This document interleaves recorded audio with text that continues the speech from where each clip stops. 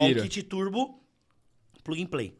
E- Que eu acho da hora, acho legal. E os carros, assim, tem alguns carros hoje que dá pra montar turbo com a injeção original? Alguns casos, sim. Se o carro tem MAF, é fácil disso acontecer.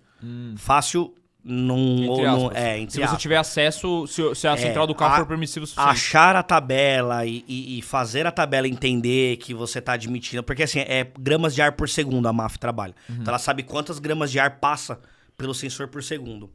E é muito engraçado como ela funciona, porque é por aquecimento.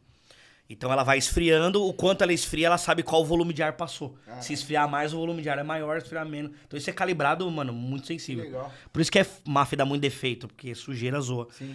Então, você põe na boca da turbina, passou a aspirar mais, você vai ter esse maior consumo de ar.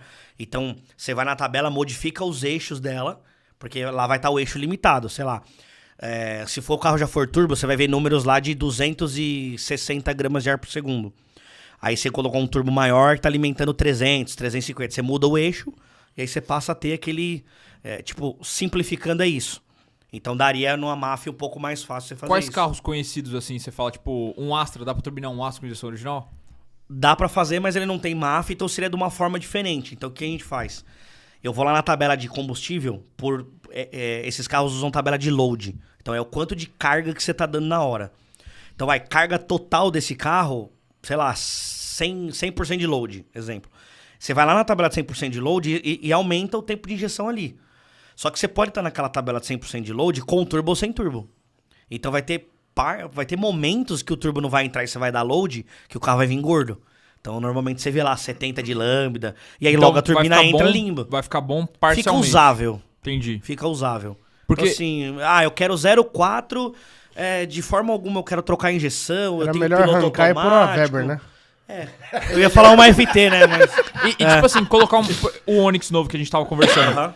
Dá pra colocar uma FT em paralelo com a injeção original e o carro ficar, tipo, meio que original? Tipo, funcionar tudo, não ficar uma árvore de Natal do caralho, essas coisas assim? Do Onix a gente precisava ver o que vai dar de erro pra gente poder mexer. Vou te dar um exemplo, o Veloster.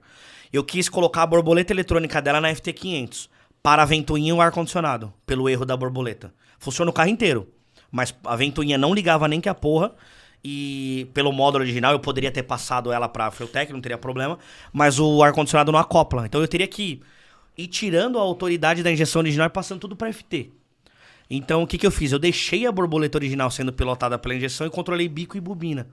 Só que aí gerava um erro, porque eu tirei os bicos.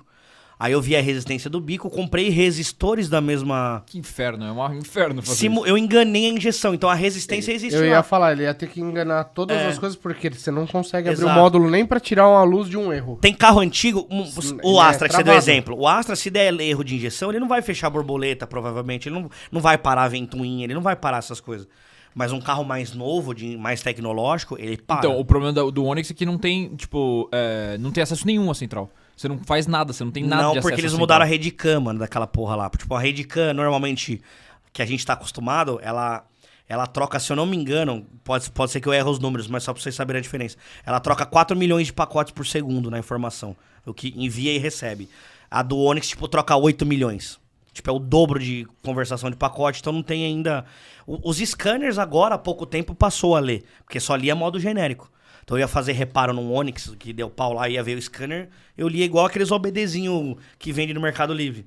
Aí atualizamos, agora saiu as atualizações, agora leu o OBD, bonitão, mas editar o mapa ainda não é possível. Caralho, você tem um scanner no valor de um Onix e não consegue ler um Onix. Agora lê, mas antes não lia, quando lançaram. Caralho, Porque essa porra só tem no Brasil, essa Redicam. E todo o equipamento pra extrair mapa e escrever no carro é gringo. Europeu, É italiano, né? A maioria é europeu. Isso aí.